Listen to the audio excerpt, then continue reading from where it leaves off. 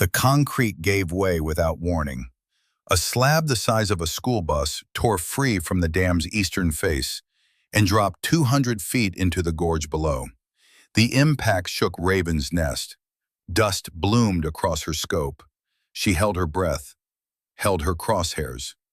1,200 yards downrange, the target was still moving. She exhaled slowly, began her trigger pull. Then her scope caught it. Movement. Left ridgeline. Not the target. She shifted, found it. A shadow behind a rusted steel beam. Prone, disciplined, scope glinting for half a second before it vanished. Another sniper. She swept right, found a second shadow, higher, above the main spillway. Two of them. One watching the dam, one watching her. The radio crackled, Donovan's voice low and careful. Raven, a pause. If that dam fails, 30,000 people downstream are dead by morning. She didn't move. Command's order stands, he said. Take the shot. Her finger rested against the trigger guard. Neither forward nor back.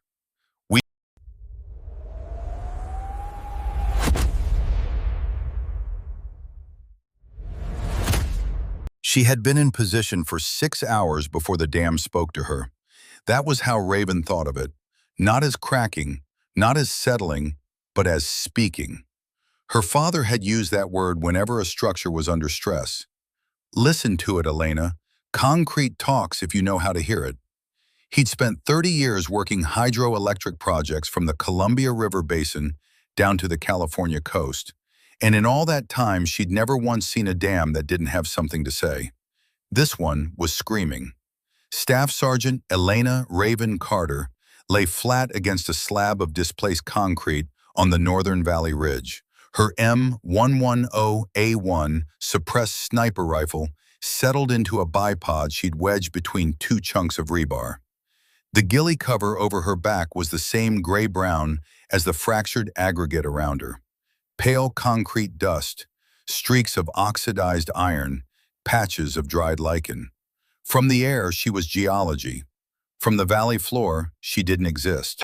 Below her, the Harmon hydroelectric dam filled the gorge like a broken tooth. It had been a Category 2 structure once, the kind that generated enough power to supply a small city. That was before the earthquake 3 seasons ago. A 5.8 that cracked the main spillway gate housing and shifted the eastern retaining wall 4 inches off true. The federal government had issued a repair contract. Private engineers had mobilized. And then 14 months later, the situation had become something else entirely. Something that had put a U.S. Army sniper on a ridgeline in the Rocky Mountain foothills with orders to eliminate 3 targets and return before dawn. She pressed her cheek to the stock and scanned. The valley floor was a chessboard of hazards. The original construction road had been reclaimed by debris flows, boulders the size of cars, tangled scrub oak, a section of chain-link fencing draped over a rusted excavator like a shroud. The river below the dam was low but furious, channeled through the damaged lower gates at pressure it wasn't designed to carry. Every 30 minutes or so, another tremor moved through the valley. Not seismic, just structural. The dam redistributing its load as the internal stress equations shifted. Her father had called that creep, the slow, invisible movement of stressed material toward failure. She watched a hairline crack in the eastern face. It had been 8 millimeters wide when she'd ranged it at last light. Now it was closer to 11. The dam was creeping. She logged it in the small notebook tucked under her left forearm and went back to scanning. 300 meters east of the main structure, a cluster of prefab site offices occupied a leveled area near the old construction staging yard. Lights inside. Generator hum she could feel more than hear. 2 vehicles parked outside, a white contractor SUV and a flatbed truck with equipment she'd cataloged over the past 2 hours. Hydraulic torque wrenches, core drilling rigs, spool cabling. 3 men had moved between the offices and the dam structure at irregular intervals. Her targets. But they moved wrong. That was what had been nagging at her since sunset. She'd expected engineers working under duress, rushing, carrying shaped charges or detonator components, the hurried body language of men on a sabotage timeline. Instead, they moved with the deliberate calm of professionals dealing with a problem they understood. They paused at junctions to consult tablets. They photographed the cracked spillway gate housing from multiple angles. One of them, older, gray-haired, had spent 20 minutes lying flat on the downstream face of the dam with what looked like a listening device pressed against the concrete. She'd seen her father do exactly that. She noted it, filed it, kept watching. 12 hours earlier, Raven had been in a folding chair in a converted warehouse on the outskirts of a small airfield, watching a man she didn't trust give her a mission she didn't like. His name was Kessler, Defense Intelligence Agency, according to his badge, though the badge looked newer than his suit. Mid-40s, the kind of tan you got from foreign deployments rather than outdoor living, and eyes that moved around a room the way a security camera did, mechanically, without real interest in what they found. 3 insurgent engineers, he said, advancing the slide, operating under contract cover.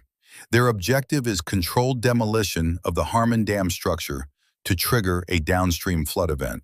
Primary motivation: demonstrate infrastructure vulnerability to domestic security buyers. Raven had looked at the photographs. She had looked at the faces of the 3 men, middle-aged, unremarkable. She had looked at the dam schematics Kessler had pinned to the corkboard beside the screen. Estimated civilian impact if the dam fails? She asked. Significant, Kessler hadn't looked up. Downstream communities, primarily rural, not the operational concern. She'd let that sit for a moment. What's the timeline? They've been in position for 72 hours. Our assessment puts the demolition event within the next 18 to 24. He clicked to the next slide, a topographic overlay of the valley. You'll insert here, single shooter package. Eliminate the principals before they can initiate. Rules of engagement? Lethal. Confirmed targets only. He paused. One more thing. There's a secondary presence in the valley. Unknown origin. Possible independent contractor hired by the same network to provide overwatch. She'd looked at him. Another sniper. Possibly, intel is not confirmed. He said it the way men like him always said things they were certain of but didn't want to own. Treat as hostile if contact is made. She'd been given 6 hours to prep and a helicopter ride to the insertion point. No team, no forward element, no one on the ground. Donovan had called her 10 minutes before wheels up. She'd answered on the second ring. I read the brief, he said. His voice had the quality of gravel shifting in a metal drum. Deep, slow, never quite at rest. You? Read it. What do you think? I think Kessler counts civilian casualties as a footnote. A pause. That's not what I asked. She had looked out the small window of the airfield office at the mountains going dark against the last of the sunset. I think the valley's going to tell me things Kessler didn't include in his brief. That's what I thought. Another pause. I'll be on the secondary channel, eyes on satellite feed when I can get it. You don't have authorization for this. No, Donovan agreed. I don't. He ended the call. Master Sergeant Jack Donovan, retired according to every piece of official paperwork, had a specific philosophy about snipers and information. He had developed it over a career that had started in the early 80s, been interrupted by wounds twice, extended by stubbornness indefinitely, and ended only when the Army had run out of ways to keep a man in his early 60s in the field without the paperwork becoming uncomfortable. A sniper, he had told Raven during the first week of her advanced training, is the last person in any engagement who should trust a brief. Everyone else on the battlefield is moving too fast to notice what's wrong. You are not moving at all. Use that. She had. She always did. Now in the dark on the ridgeline, she keyed her radio. Overwatch, you receiving? Static. Then, clear. I've got your position on feed. Good concealment. A pause. Valley's moving. I see it. Eastern face crack is growing. Maybe 3 millimeters in 2 hours. That's fast. Tell me something I don't know. The truck that came in at 1400 this afternoon, Donovan said. I pulled the manifest from the staging yard's equipment log, cross-referenced with regional supplier databases. And the materials on that flatbed aren't demolition components, Raven. She kept her eye to the scope, kept her voice flat. Explain. Hydraulic stabilization compound, high expansion injection resin, the kind of materials you use when you're trying to stop a structure from failing, not initiate it. She said nothing for a moment. Below her, the gray-haired engineer had emerged from the site office again. He walked to the downstream face and stood looking at the crack she'd been monitoring. Even from 1,000 meters, his posture read like a man calculating how much time he had left. So they're not saboteurs, she said. I don't know what they are, Donovan said, but I know what they're carrying, and it doesn't match the brief. Does Kessler know you pulled that manifest? Kessler, Donovan said carefully, is not someone I consult. She spent the next 90 minutes watching patterns. A good sniper didn't just watch targets. She watched the system around the targets, the supply logic, the movement geometry, the small behavioral tells that told you whether people were doing what they said they were doing. Her father had taught her that too, though he'd applied it to engineering audits rather than combat operations. Every project has a story, he'd said. The story is in the details, not the paperwork, the details. The details in the valley below were not adding up. First, the vehicles. The contractor SUV and the flatbed were parked upslope from the site offices, on the higher ground east of the construction yard, closer to the valley access road. That was not where you parked if you were planning to work through the night. That was where you parked if you were planning to leave quickly. Second, the crates stacked against the eastern retaining wall. She'd clocked them at sunset, standard orange and black construction hazard markings, the kind you saw on any civil engineering site. But twice in the past hour, one of the engineers had checked them without opening them. Just a visual check, the same way you checked emergency equipment you hoped you wouldn't need. Third, the civilians. That was the one that had made her slow her breathing and re-examine everything she thought she knew about the situation. Because at 21:40 hours, 3 people had appeared on the valley access road from the downstream direction. Not contractors, not military, not anything that belonged in a restricted zone. A woman, a man, a child in a yellow rain jacket. They'd been stopped by the gray-haired engineer 200 meters from the site perimeter. Brief conversation. He'd pointed back down the road, gestured urgently. The family had argued. He'd argued back. Eventually, they'd turned around. She keyed the radio. Overwatch. I have civilian presence, downstream approach. 1 adult female, 1 adult male, 1 juvenile. Turned back by the target at grid Whiskey 7. I see them on feed, Donovan said. Probably local. Access road connects to a ranching community about 8 clicks south. A pause. What was the body language on the engineer? She thought about it. Urgent, not aggressive. He was trying to warn them. Silence on the line. Kessler's brief said these men were trying to use the flood as a weapon, she said. It did. You don't warn people away from a weapon you're trying to deploy. No, Donovan said, you don't. She settled back against the concrete and returned to watching. The crack in the eastern face had grown again. The river below the lower gates was louder now. She could hear the pitch changing, a deeper bass note working its way through the valley acoustics. Her father had described that sound once, during a tour of a dam in Northern California that had been approaching its stress limits. That's the sound of water that's run out of patience, he'd said. She listened to it now and felt, for the first time, something she hadn't felt during the pre-mission briefing, or the helicopter insertion, or the 6 hours of cold waiting in the dark. Fear. Not for herself, for the 30,000 people sleeping downstream. At 22:17, the target appeared. Not one of the three engineers, someone new. A man moving along the base of the eastern retaining wall from south to north, staying in the shadow of the structure with the practiced ease of someone who had done it before. He carried an assault rifle slung across his chest. Security or a scout. Either way, he was armed. He was inside the restricted perimeter without any identity she could match to the contractor cover, and he was moving toward the site office where the engineers were working. She keyed the radio. Contact, armed individual, base of eastern wall, moving north, not on the target list. Can you confirm hostile?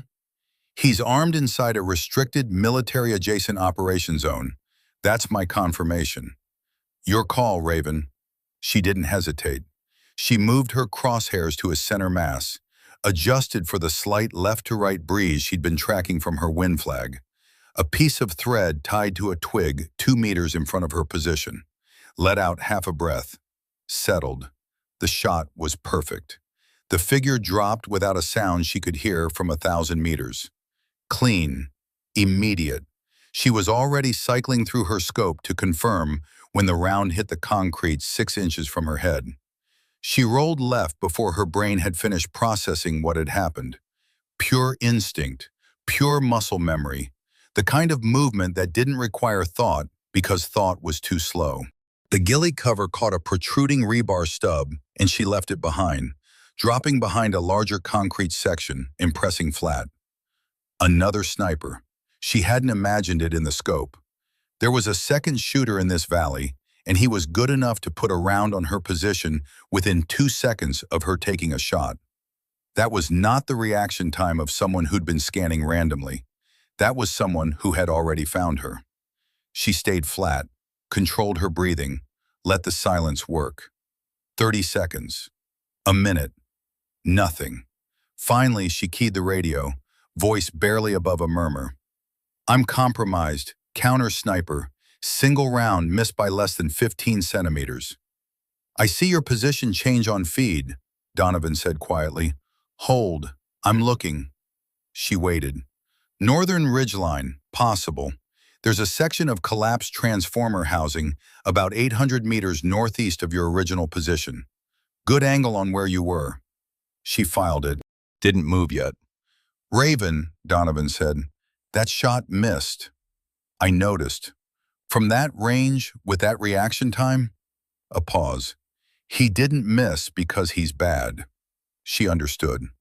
A shooter who could locate and engage a concealed sniper position in under 2 seconds, from 800 meters, in low light, that shooter did not miss by 15 centimeters accidentally. He had chosen to miss. Which raised a question she didn't have an answer for yet. She moved. Not back toward her original position. That was dead ground now, compromised, and revisiting a compromised position was how snipers became statistics. Instead, she worked laterally, staying below the ridgeline crest, moving in the slow, patient crawl that ate time but left no thermal signature, no sound, no visible disturbance to the valley below.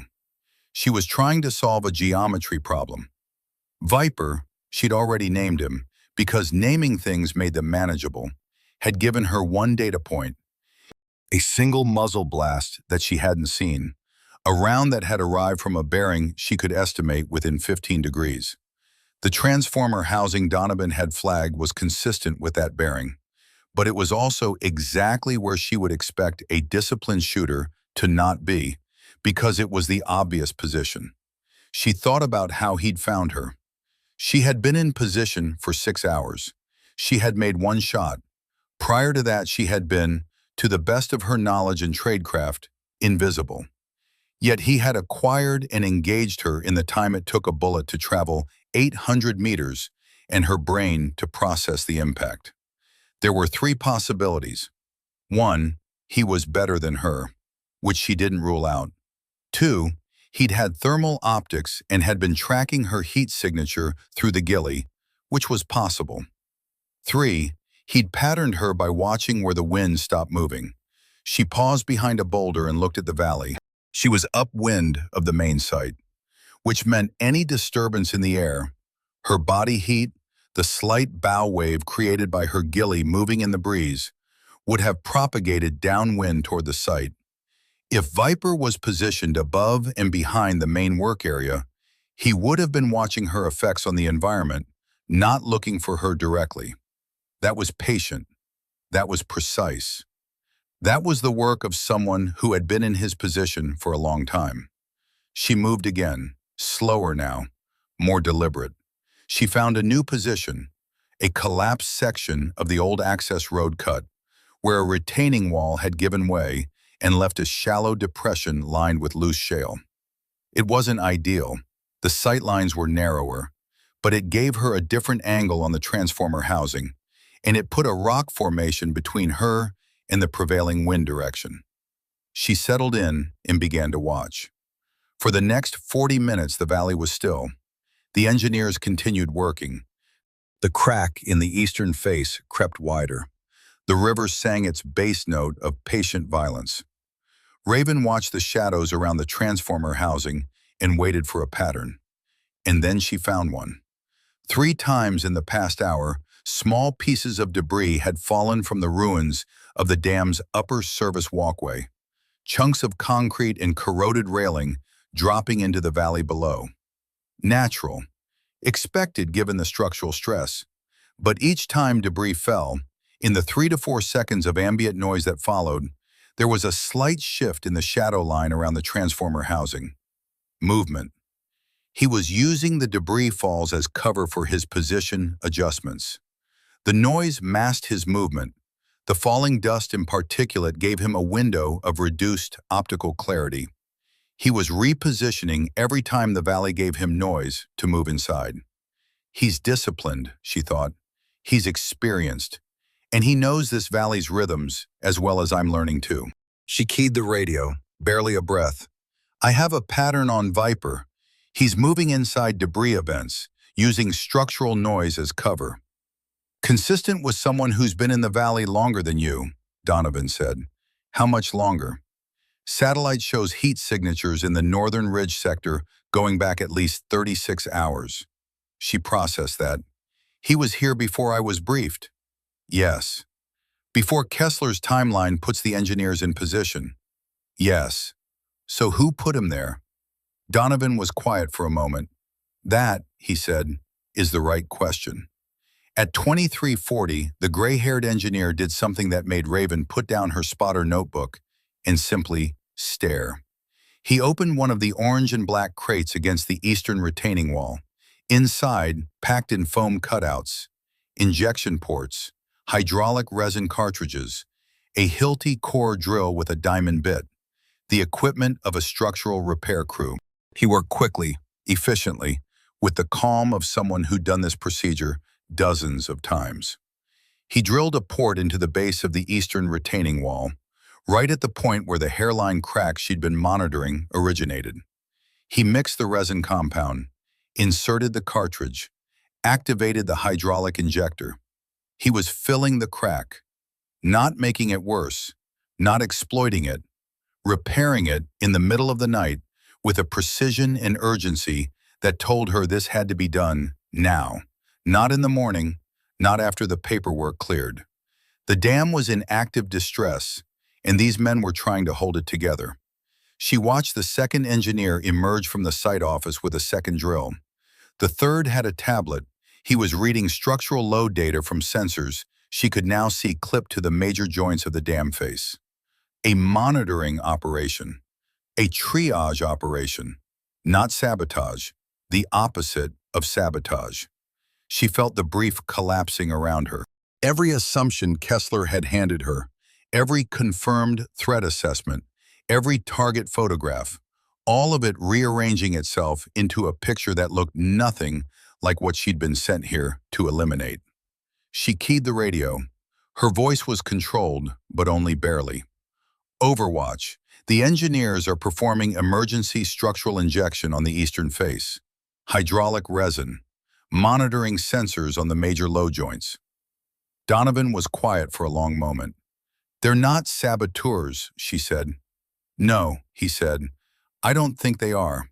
Then who told Kessler they were? Someone, Donovan said carefully, who wanted them stopped.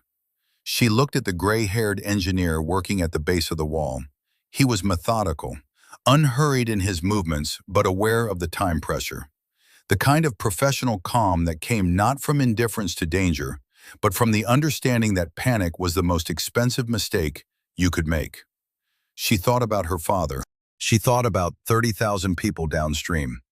Overwatch, she said. I need you to tell me what you know about the Harmon Dam reconstruction contract. Already pulling it, Donovan said. Give me 20 minutes. You have 10, she said. The crack is growing faster. He came back in 8. Harmon Dam reconstruction contract, Donovan said. His voice had a different quality now, slower, more deliberate. The tone she associated with him delivering information he wished he didn't have. Original federal award, $42 million to Meridian Infrastructure Group. They mobilized, did the preliminary survey, began permitting for the repair phase. And contract was suspended 6 months ago. Federal review. MIG was accused of overbilling on a previous dam project in the Pacific Northwest. The suspension froze their access to the Harmon site. She waited. 2 months after the suspension, the federal government issued a new RFP, revised scope. Estimated value, $170 million. Wider reconstruction, upgraded spillway systems, complete gate replacement. A pause. The company that submitted the winning bid was Cascade National Infrastructure, a subsidiary of, let me guess, Raven said, Palliser Group, a private equity firm with significant defense and infrastructure portfolio holdings. He paused again. Palliser Group's board of directors includes 3 former senior DoD officials. One of them is a consultant to the Defense Intelligence Agency. She lay very still in her depression of broken shale and let the math complete itself. Meridian had been hired to repair the dam. The repair would have been $42 million and would have left the dam functional but unimpressive. A fixed structure, not a rebuilt one. Cascade, owned by Palliser, needed the dam to fail, or to be demonstrably beyond repair, so that the $170 million reconstruction contract would be justified and uncontested. Kessler worked for the DIA. Palliser had connections to the DIA. The 3 men she'd been sent to eliminate were Meridian's emergency response team, brought in covertly, probably outside the suspended contract terms, by engineers who understood that the dam was in genuine distress and that someone needed to act before it was too late. They were trying to save the dam. She had been sent to stop them. Kessler's mission brief was a kill order on the people preventing the sabotage, she said. That's how I read it. Which means the sabotage isn't coming from the engineers, Donovan said. I know. She looked at the valley, at the dam face scarred and cracking, at the engineers working at its base with their small tools and their particular expertise, at the river below, carrying its load of barely contained violence downstream towards sleeping towns. Overwatch, she said. Where is the actual sabotage coming from? Donovan was quiet for exactly 4 seconds. She counted. There is a remote detonation relay, he said, installed on the primary pressure gate control system. I'm seeing it on the structural schematics that MIG filed with the Federal Engineering Registry before their contract was suspended. It's not in the Cascade documents. It's not in Kessler's brief. What does it do? Triggers an emergency gate release on command, he said, if the main pressure gates open simultaneously under current water load conditions. The dam fails catastrophically, she said, within 40 minutes of activation. She pressed her forehead briefly against the cold metal of her rifle stock, closed her eyes, opened them. Where's the relay? Primary control junction, Donovan said. Inside the dam structure. Access from the downstream face, mid-level service gallery. But Raven, the relay can also be accessed externally.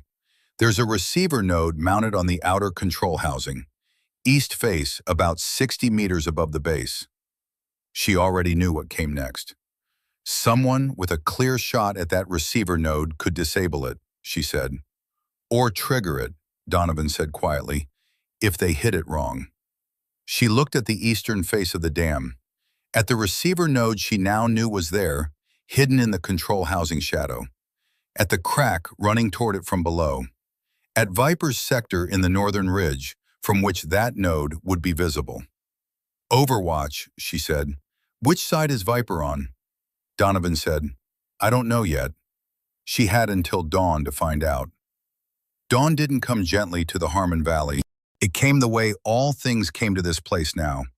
In pieces, grudging, filtered through a haze of concrete dust that the night wind had kicked up from the fractured dam face and distributed across the entire gorge. The sky went from black to charcoal to a dirty gray-orange that gave the valley the look of a place that had already been through something terrible and hadn't decided yet whether it was finished. Raven had been awake for 22 hours. She didn't feel it the way a civilian would, not as exhaustion, but as a kind of narrowing, a progressive reduction of the world to the small rectangle of her scope and the data she was building in her notebook. Heart rate, 58. Wind, 4 knots, left to right, variable near the dam face due to thermal convection from the water below. Temperature, 41 degrees Fahrenheit and dropping. Her last confirmed position adjustment, 14 minutes ago, 8 meters west along the collapsed road cut. Viper hadn't moved since the debris event at 0312. Or rather, he hadn't moved in any way she could detect, which was different. She had been trying to solve him for 3 hours. What she knew, he was disciplined enough to use environmental noise as movement cover. He was accurate enough to put a round within 15 centimeters of a concealed position at 800 meters, in low light, with no spotter. He had been in the valley at least 36 hours before she'd arrived, and he had chosen to miss. What she didn't know, everything else. The transformer housing Donovan had flagged remained her best estimate of his primary position. But a shooter who had been in place for 36 hours and who understood this valley well enough to exploit its acoustic patterns would not still be in his primary position. He would have prepared alternates. He would have ranged them, mapped his transitions, built the same kind of positional picture she was building. He was probably doing to her exactly what she was doing to him. That was the nature of a sniper duel that neither side wanted to resolve by dying. It became a chess game played at the speed of geology, each player moving in fractions, probing, testing the other's pattern recognition. She decided to give him something to read. A sniper's deception didn't require drama. It required patience and the understanding that a watching eye would eventually see what it was looking for if you gave it the right suggestion at the right moment. Her father had called this false loading, the engineering principle of applying a small, controlled stress to a structure in order to observe how it responded and map its internal geometry. You learn more from how something reacted to a known input than from watching it sit still. She was going to apply a small, controlled input to Viper's watchfulness and see how he responded. At 0347, she let her wind flag shift, a deliberate micro-adjustment to the thread on the twig that changed its behavior in the breeze, from natural flutter to a slightly mechanical oscillation. Not enough to be obvious, enough to be noticed by someone who'd been watching it for hours. Someone whose pattern recognition instincts were tuned to exactly this kind of anomaly. The difference between a thread moving in natural wind and a thread disturbed by the proximity of a human body was subtle but real. A shooter who had been studying her position would notice. Then she settled into absolute stillness and watched the transformer housing. Nothing for 4 minutes. She counted her own heartbeats. 56, 57. The valley made its sounds around her. The river, the concrete, the occasional creak of stressed metal from the dam's upper service walkway. She breathed in the smell of the place. Damp concrete, oxidized iron, the cold mineral scent of mountain air with enough moisture in it to promise something the sky hadn't delivered yet. A cloud moved across the early light. The valley went slightly darker. Then, a debris fall from the upper service walkway. Natural. The dam was shedding material constantly now, small concessions to gravity that the structure could still afford. But inside the noise window, in the 3 seconds of ambient cover, she caught it. The faintest change in the shadow geometry around the housing's southern edge. Not a position shift, a scope adjustment. The barely perceptible micro-movement of a shooter who had just shifted their point of observation from one reference to another. He was looking at her flag. She let the observation sit in her notebook without reacting. Just data, just geometry. She noted the bearing, 023 degrees magnetic from her current position, adjusted for the shadow angle. Not the housing itself, slightly south of it, using the housing as backstop cover with its mass between him and any approach from the west. He was in the rubble field behind and below the housing, not inside it. The housing was a backstop and a reference, not a hide. She had been looking at the wrong thing for 3 hours. He had let her find the housing as a false position. Good, she thought, and she meant it, without irony. A shooter who could construct a false position convincing enough to anchor her observation pattern for 3 hours was someone worth respecting, someone worth being careful about. And, if she was right about what he was doing in this valley, someone worth trying to understand. She keyed her radio, barely breathing. Overwatch. I have Viper's sector. Rubble field, southern approach to the transformer housing. Rough bearing 023 from my current. Adjusting satellite angle, Donovan said quietly. Give me a minute. She waited. I see a thermal suppressed signature, Donovan said. He's using a cold pad, lying on a thermal absorbing surface. Difficult to resolve clearly. A pause. Raven. He's been in that position for at least 6 hours without significant movement. 6 hours. She thought about that.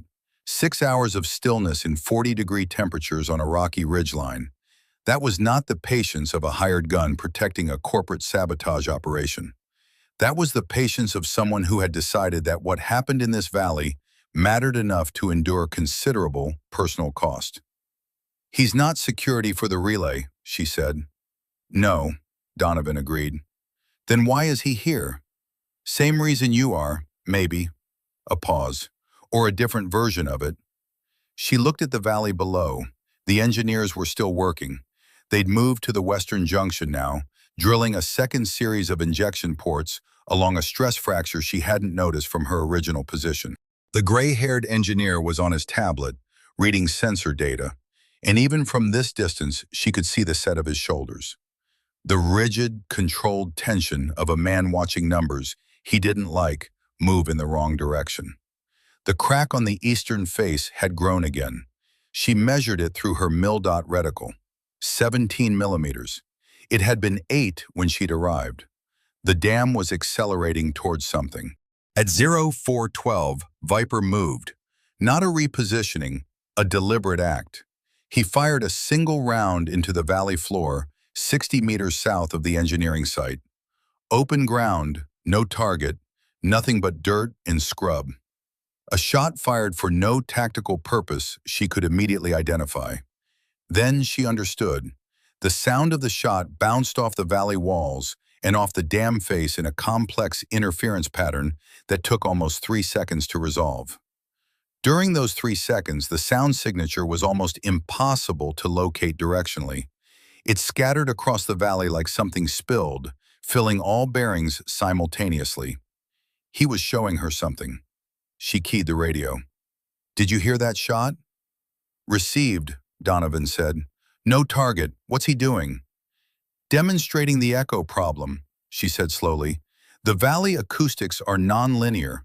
Sound bounces off the dam face and the valley walls in a way that makes shot direction ambiguous.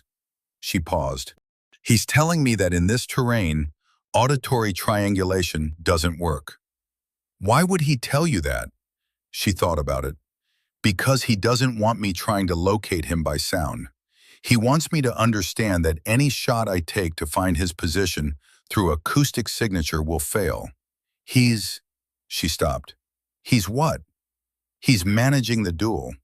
He's trying to keep us from escalating into something that ends with one of us dead before we've both figured out what's actually happening here. Donovan was quiet for a moment. That's a generous interpretation. I know, she said. I'm keeping the alternative open. She watched the eastern face, watched the crack, watched the gray-haired engineer moving along the base of the wall with his resin equipment, methodical and unhurried and very much alive, still alive because she hadn't followed her orders. She thought about the relay node on the eastern housing, the one that could end everything downstream in 40 minutes if someone hit the right frequency. She thought about Viper's position, above and behind the main work area, with a clear line of sight to that housing. If he'd wanted to trigger the relay, he could have done it 36 hours ago. He hadn't. Why are you here? She thought at him, across the valley, across the cold air and the roaring water, and the chess game neither of them had started. She didn't have an answer yet, but she was becoming increasingly certain that the answer mattered more than anything else in this valley. At 5:01, the valley changed. Not gradually, not incrementally. All at once, the way her father had warned her dams failed. Not slowly, then catastrophically, but through a cascade sequence that looked slow from the outside until it wasn't. He described it once using a piece of notebook paper. Fold it in half again, keep folding. Each fold is harder than the last. Then, at some point, the paper tears. Not because the last fold was harder than the previous ones, but because the accumulated stress of every fold before it finally exceeded the material's capacity. The failure wasn't in the last fold. It had been building since the first. The eastern retaining wall moved. It was barely visible through her scope, a fractional shift in the alignment of the upper section relative to the lower, like a photograph very slightly out of register. But she had been watching that wall for hours. She had its geometry memorized down to the angle of individual rebar protrusions and the pattern of the surface staining where groundwater had been seeping through the aggregate for years. And it had moved. Overwatch, she said, voice tight. Eastern retaining wall displacement. I'm seeing upper section shift relative to lower, possibly a quarter inch, maybe more. Hold. The sound of Donovan working quickly on the other end. I'm pulling the sensor data the engineers are broadcasting. Give me a sharp intake of breath. Raven, piezometer readings on the eastern foundation are spiking. Water pressure inside the foundation matrix is increasing faster than the injection treatment can compensate. English, Overwatch. The water is finding paths through the foundation material faster than they can seal them. The injection resin is slowing the process, but it's not stopping it. The eastern section is losing structural coherence at the foundation level. She looked at the gray-haired engineer. He was on his radio now. She could see the body language change in real time, the controlled urgency giving way to something more raw. He was talking fast, gesturing at the wall. How long? She asked. At current progression? A pause. 12 to 16 hours before the eastern section reaches critical displacement. At that point, the main spillway gate housing fails. The pressure gates lose structural support and the dam goes. Yes. She processed this. 12 to 16 hours. Dawn was breaking. The valley was lightening around her, the dirty orange sky brightening towards something almost gray-blue.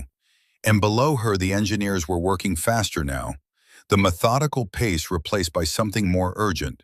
And she was lying on broken shale with a rifle trained on a valley where everything had gone wrong in a way that no one had briefed her for. The relay, she said. If someone triggers it before the natural failure point, 40 minutes to catastrophic release, Donovan said, before the engineers have any chance to compensate. So the question isn't if the dam fails, she said slowly. It's whether it fails on the natural timeline, 12 to 16 hours, or on the relay timeline, 40 minutes. Yes, and the natural timeline gives the engineers a chance to slow or stop the progression. A small chance, but yes.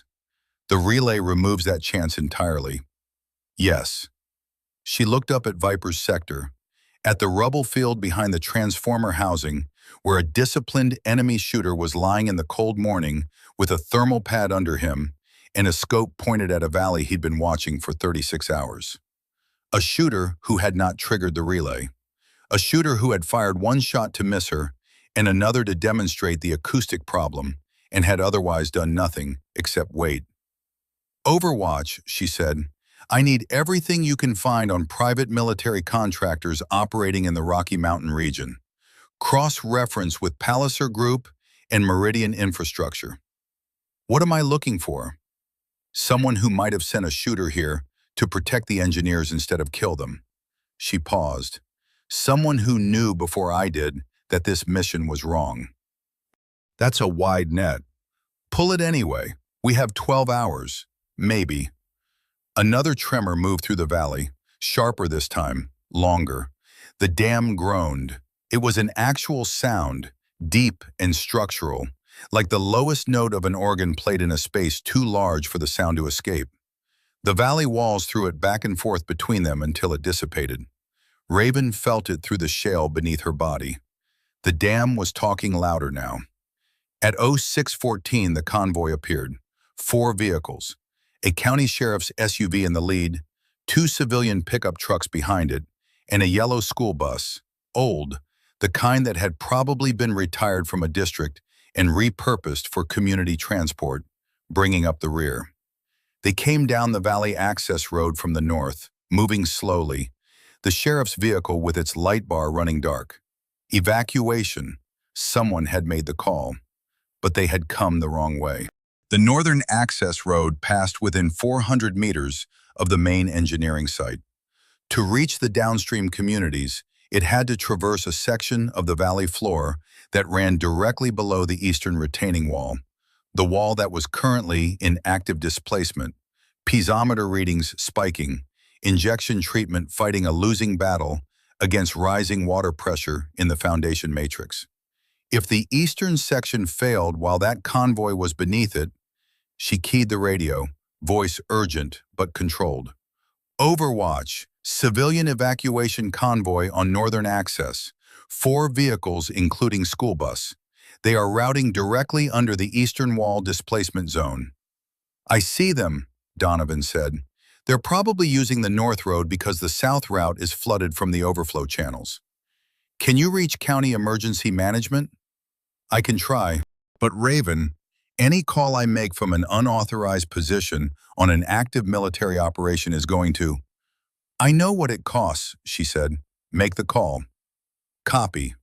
She watched the convoy. It was moving at maybe 20 miles an hour, picking its way through the debris-strewn road surface.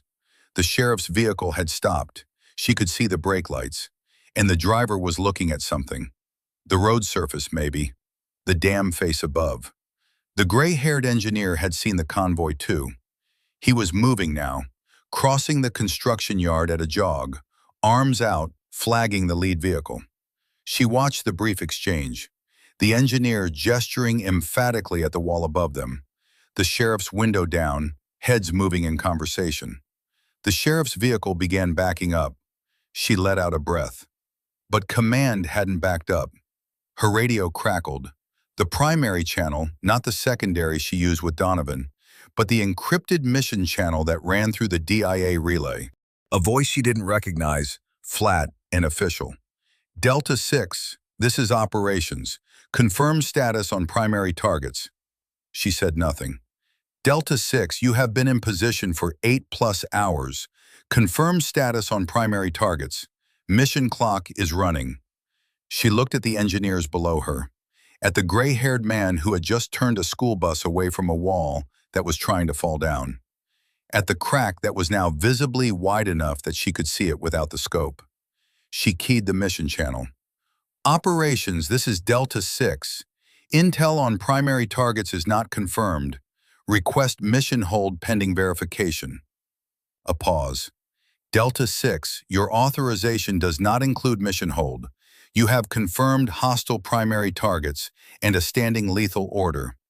Execute or declare mission abort in RTB immediately. She looked at the valley. Delta 6, the voice said, colder now. This is your final advisory. Execute the mission or stand down and return to base. You have 60 seconds to respond. She reached over and turned the primary channel volume to 0. She heard Donovan on the secondary. Raven, I heard that. I know. If you ignore a direct order on an active DIA operation, I know what happens, she said. Find me the contractor information, please. A long pause.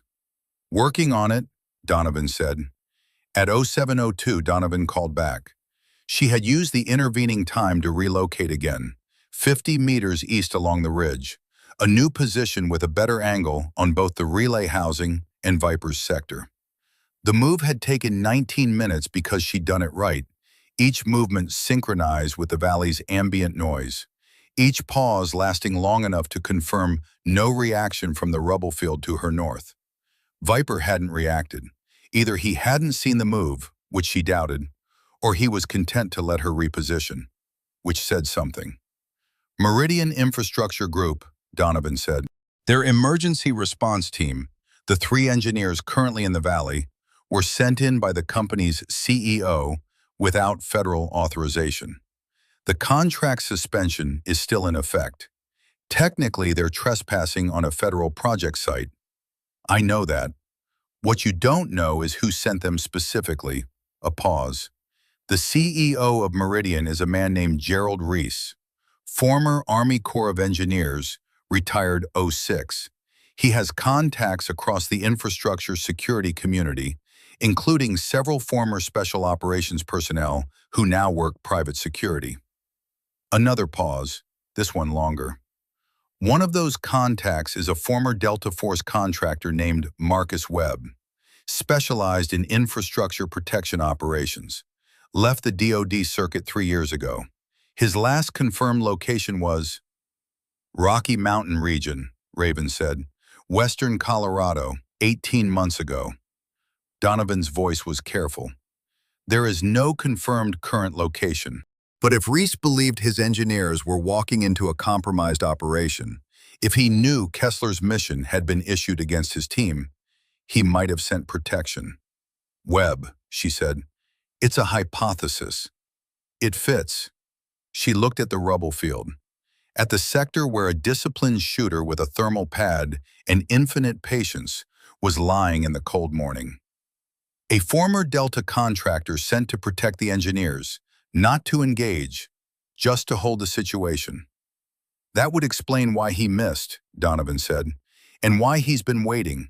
She paused. He didn't know who I was when I arrived.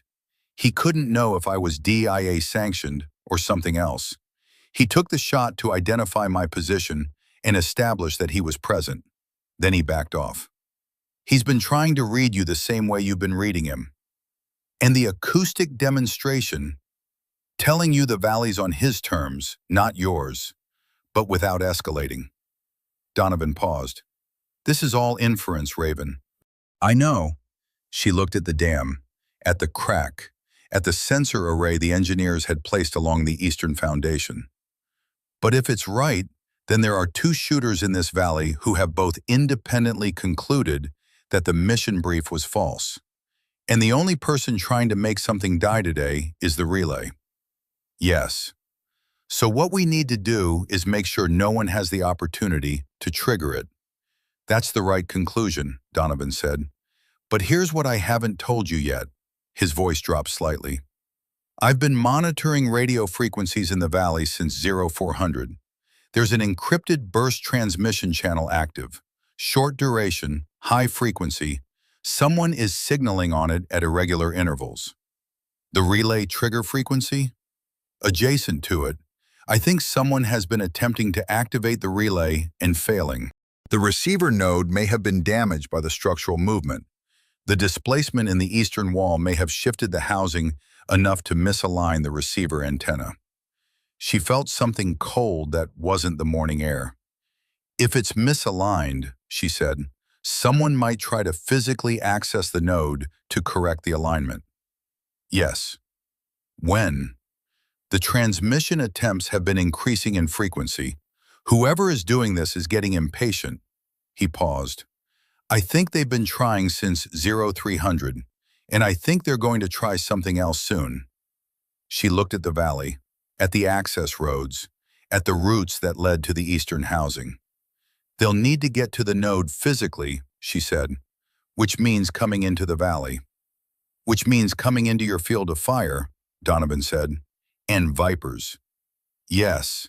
She settled her cheek against the stock and expanded her scan, looking for movement on the access roads, looking for anything that didn't fit the pattern she'd spent the last 8 hours learning. Overwatch, she said.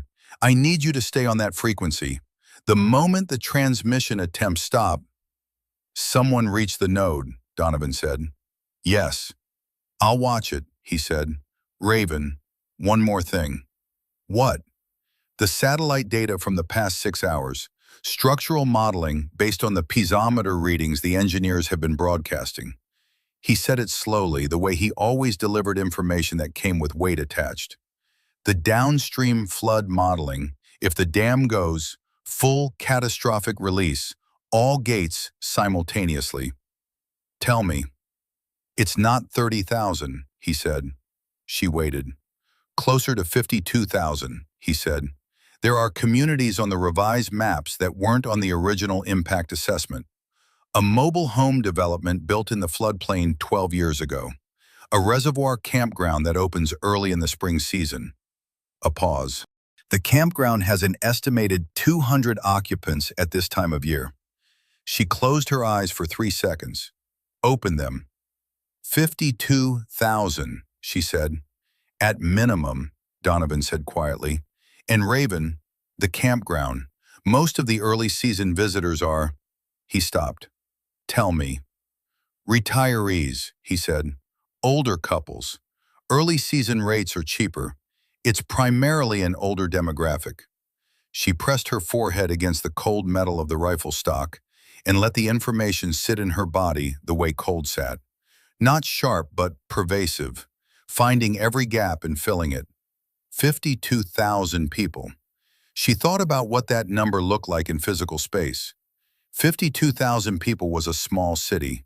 It was the population of a county seat, a regional hub, the kind of place that had a main street with a hardware store and a diner and a high school with a football program that the whole town showed up for on Friday nights.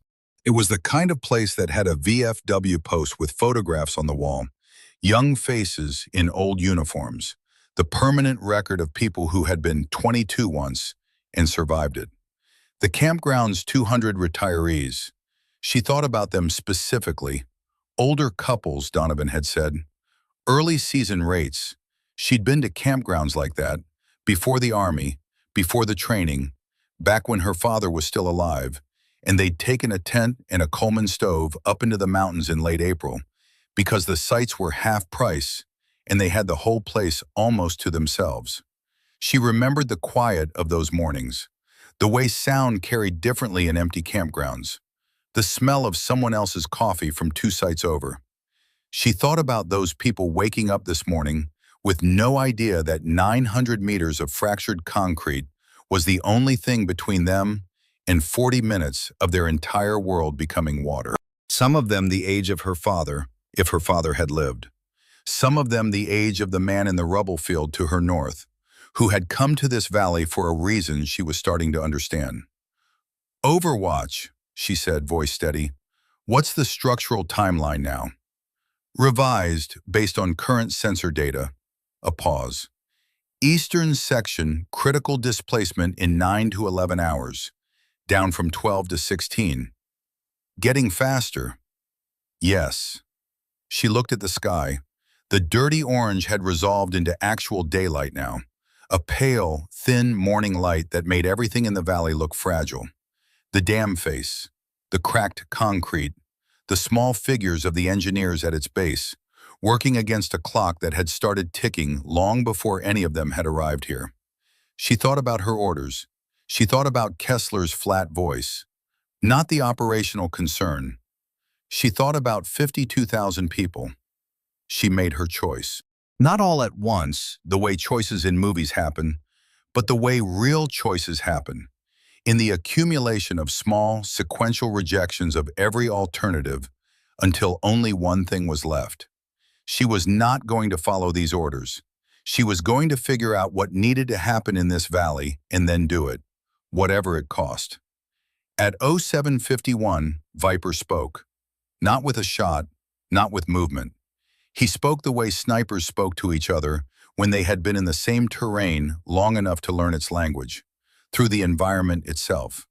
She had been watching a section of the old construction road cut 60 meters below her position, standard terrain scan, and she noticed something that hadn't been there at 0700, a piece of orange flagging tape, the kind that engineers use to mark reference points, tied to a piece of rebar that protruded from a collapsed section of the road cut's retaining wall.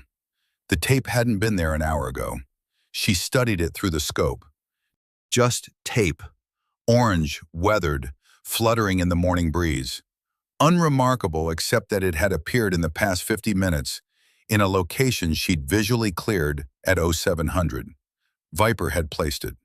She swept the surrounding area carefully, looking for context. The rebar it was tied to was near a section of concrete that had collapsed away from the road cut's outer face.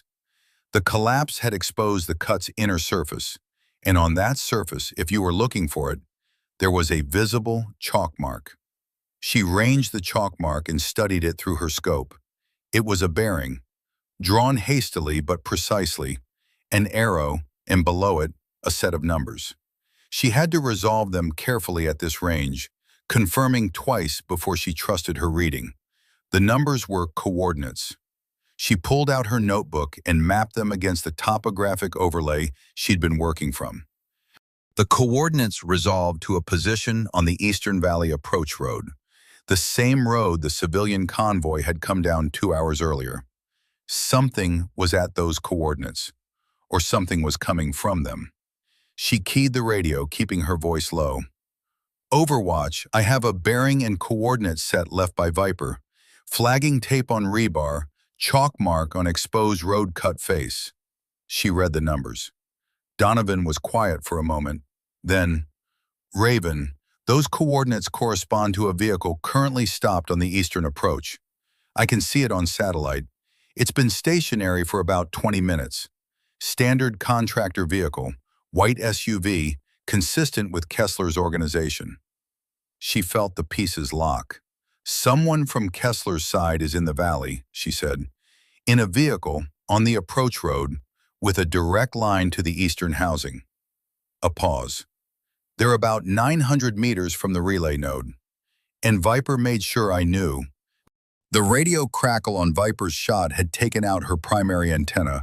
She'd noted that at the time, assumed it was a hostile act, filed it as a complication. But now she reconsidered. The shot had been non-lethal. The antenna damage had been precise, and the effect had been to force her onto the secondary channel. The channel Donovan was on, the channel outside DIA monitoring. Not a hostile act, a protective one. He had isolated her from command so that she could think clearly. She looked at the orange tape fluttering in the morning air, at the chalk mark with its careful numbers. I know what's coming, Viper was telling her, and now you do too. He's been watching the approach roads, she said. He saw the vehicle before I did. He's telling me where the real threat is. That's how I read it, Donovan said. He could have engaged the vehicle himself. Yes. He didn't. No. She thought about that. A contractor sent to protect the engineers. He had the shot, the angle, the authorization from whatever arrangement Meridian's CEO had made. And he had chosen not to take it. He was leaving it to her. Your valley, he was saying, your call. Or maybe, I don't know if you've figured it out yet, but if you have, I'll back whatever you decide. She moved her scope to the eastern approach. 900 meters. A white SUV, stationary. Inside it, someone who had been trying since 0300 to trigger a relay that would end 52,000 lives, and who had decided, apparently, that the radio signal wasn't working and a more direct approach was required. 900 meters. She ranged it carefully, adjusted for the morning breeze, which had shifted slightly with the warming air, measured the angle of the approach road against her position. She could take the vehicle, stop whoever was in it from reaching the node. But stopping the vehicle wasn't the same as disabling the relay. She had been awake for 27 hours when the valley tried to kill her. Not through Viper, not through anything human, the dam itself. At 0834, a section of the upper service walkway, a steel and concrete structure that had been slowly detaching from the dam face for the past 3 hours, finally gave way. 12 meters of walkway tore free and dropped toward the valley floor. The primary section hit the eastern retaining wall on its way down, a glancing impact that nevertheless transferred enough kinetic energy into the already stressed structure to trigger a chain reaction. The shock wave came through the ground, not the air. Raven felt it before she heard it, a sharp, vertical jolt that lifted her body half an inch off the shale and dropped it back. Her bipod shifted. Her scope picture went white with dust. And then the sound arrived, a concussive boom followed by a rolling groan that seemed to come from the earth itself. She pressed flat, covered her face, rode it out. When the dust thinned enough to see, she inventoried herself. Left elbow, abraded, bleeding, not serious. The rifle had shifted in the bipod, but was still oriented downrange. Her notebook had scattered. 3 pages loose, she caught 2, the third tumbled away down the slope. Radio, still on, static but functioning. She reached for the stock to reacquire, and her hand didn't work properly. She looked at it. Her left hand, the one that supported the forend of the rifle during a shot, was shaking. Not the fine tremor of cold, a genuine shake, the kind that came from the interaction of adrenaline and sustained stress, and the particular terror of a ground impact you couldn't see coming. She made a fist, held it for 5 seconds, released. The shake reduced but didn't stop. "You're all right," she told herself. "Sort it out." She checked the scope. The fall had shifted it against the mount. She could see a slight parallax error when she moved her head. She tightened the mount bolts with fingers that still weren't entirely reliable and re-zeroed against a reference point she'd ranged at first light. Then she did her ammo count. She had come in with 42 rounds for the M110A1, a 10-round primary magazine, and 4 spares plus a 2-round chamber load. She had fired 1 shot. She had 41 rounds remaining. Not a resupply problem, but the shake was. "Overwatch," she said. "I'm here," Donovan said immediately. She could hear something in his voice. He'd seen the walkway section fall, seen her position take the shockwave. He'd been waiting to hear her voice. "I'm okay," she said. "I know," he said, in the tone that meant he wasn't sure yet. "Report," she said. "Damage assessment. Walkway section impact caused a secondary displacement in the eastern wall. Upper section has now shifted approximately half an inch from lower." A pause. "The engineers are repositioning their sensor array. The new reading is..." He stopped. "Tell me." 7 to 9 hours to critical displacement, he said, down from 9 to 11.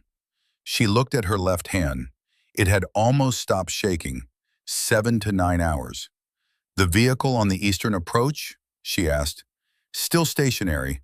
But Raven, I'm seeing movement near the vehicle in the past 10 minutes.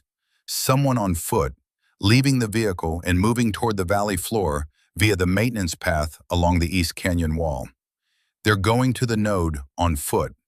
Estimated time to the node from their current position on that path, 40 minutes. Maybe less if they move fast." She looked at the eastern housing, at the relay node she now had coordinates for, at the path down the canyon wall that she couldn't see from her position, but could infer from the topographic overlay.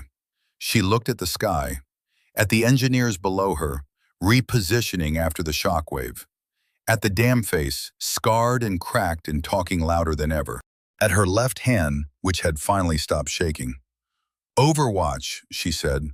"I need a decision from you." "Ask it." "The relay node. If I shoot the receiver housing, disable the antenna, does that prevent remote triggering?" "Yes," Donovan said. "The receiver is the only wireless activation point. Physical access to the internal control junction could still trigger it, but that requires getting inside the dam structure. The engineers are currently working in the access corridor. Anyone trying to reach the internal junction would have to go through them. So if I take the node, the relay becomes a physical access-only threat, and we have 40 minutes until the person on foot reaches it. That's the math. And the risk of taking the node? The housing is structural. A miss hits the control system itself. Possible premature gate activation." He paused. "A hit on the receiver antenna, specifically, without hitting the control housing, disables the relay without triggering it. The antenna is approximately 8 inches across at this range. 8 inches, at an angle, moving slightly in the breeze. With a parallax error in her scope, she'd corrected but not confirmed. With a left hand that had been shaking for the past 12 minutes. "What are the consequences if I miss?" she asked. "Catastrophic gate release. 40-minute flood timeline begins immediately." He said it flatly, not softening it. She took 3 slow breaths. "What are the consequences if I don't take the shot and the person on foot reaches the node?" "Same outcome, 40-minute timeline." "Then it's the same risk either way," she said. "No," Donovan said quietly. "If you take the shot, you control the timing. If you wait, someone else does." At 09:01, she found the detonation device. Not physically, she couldn't access the dam structure from her position.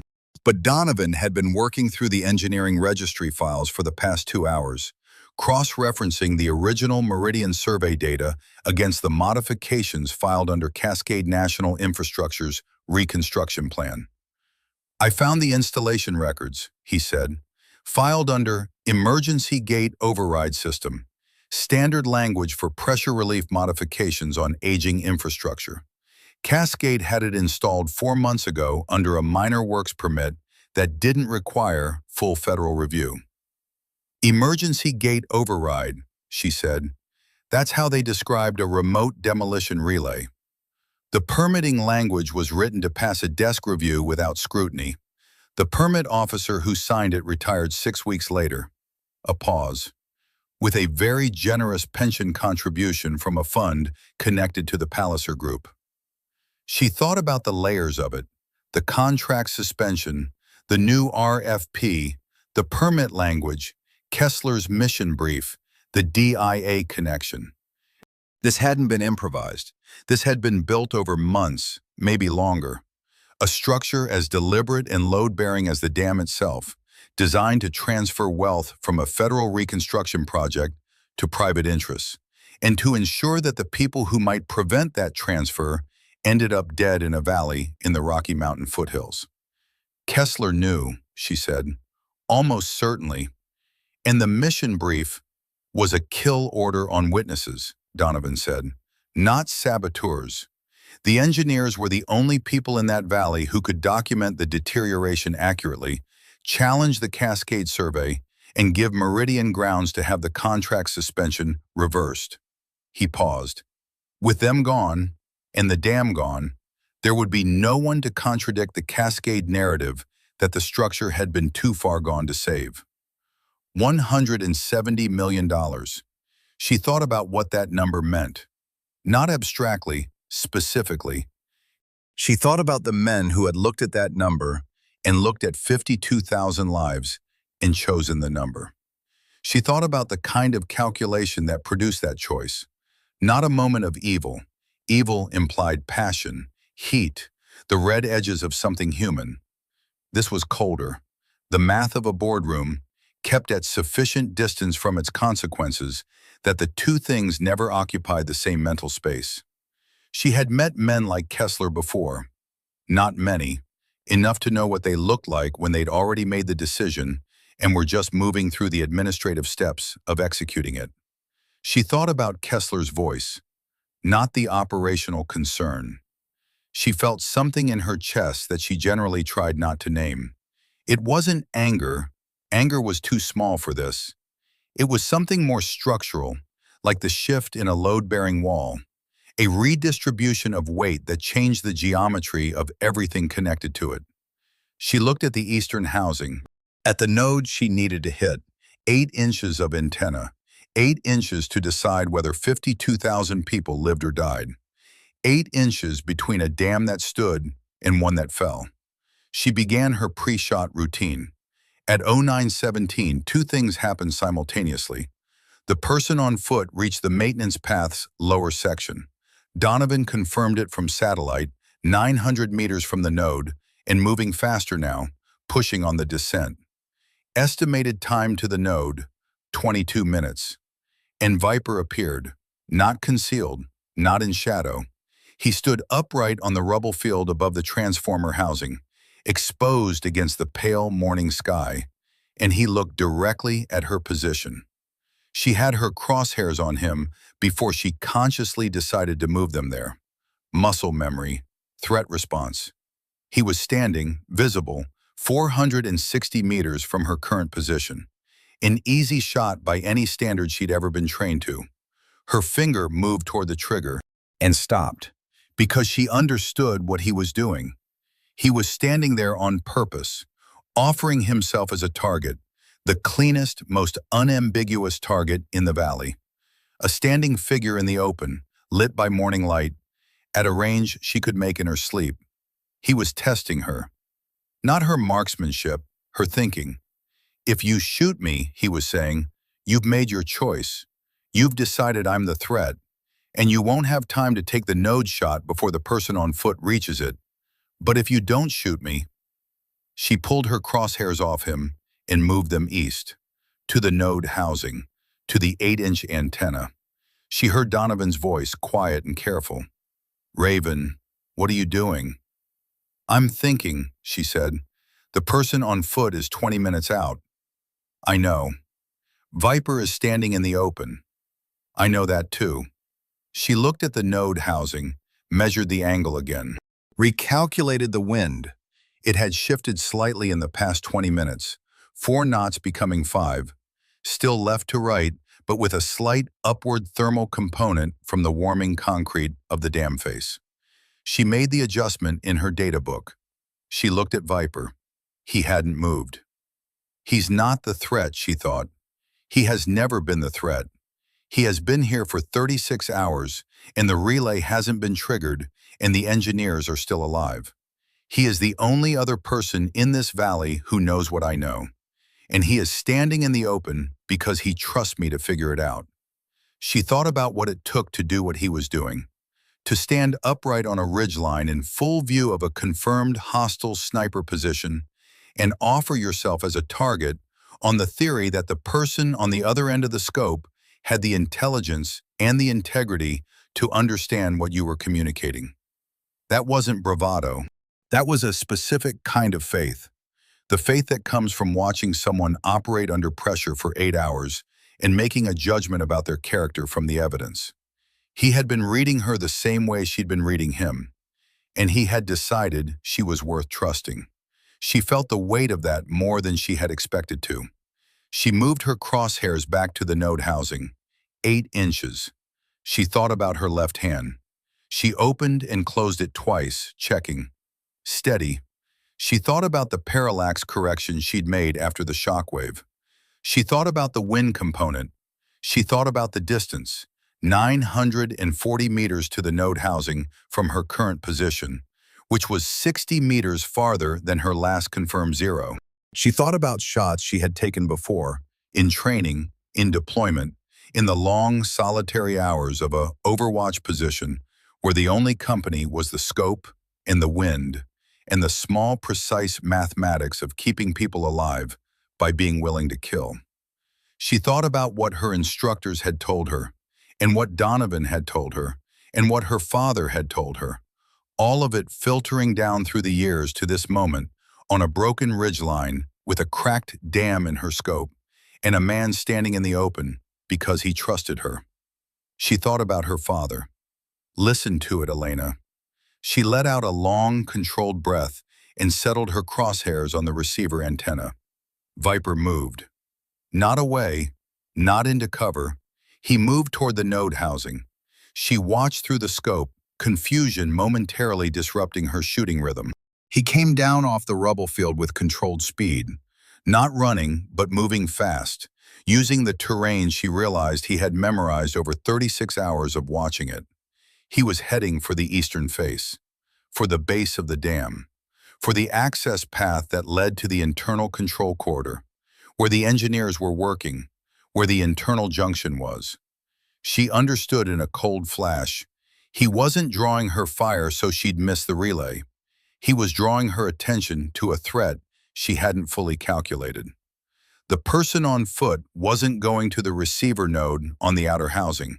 They were going to the internal junction, through the engineers. Overwatch, she said sharply. The person on foot, what's their current bearing? Raven, they've changed course. They're no longer on the maintenance path. They've moved to the valley floor, and they're heading for the engineering site. New bearing puts them at the site access in approximately 12 minutes, she said. 11. She swept her scope to the site. The gray-haired engineer was at the base of the eastern wall. The second engineer was at the western junction. The third was inside the dam, in the access corridor, working on the sensor array, inside, near the internal junction. Alone. Overwatch, can you raise the engineers on any frequency? They're on a private contractor channel. I don't have their frequencies. Can you? I'm trying. A pause. Raven, the person on foot is armed. I can see it now on the enhanced feed. Sidearm and what looks like a compact carbine. One person with weapons heading for an engineering crew with drills and tablets. Viper was moving toward the access path, but he was 400 meters from the site, and the terrain between him and the access path was broken, slow going even for someone who'd memorized it. She swept back to the relay node on the outer housing. If she took the node, the remote trigger was disabled. But the person on foot wasn't going for the remote trigger. They were going for the internal junction and the engineers in the access corridor. 2 threats, 2 locations, 1 shooter. She couldn't be in both places. She thought through the geometry of it with the cold clarity that 27 sleepless hours and a sustained adrenaline load could produce when you stop fighting them and let them work. The internal junction was the primary threat now.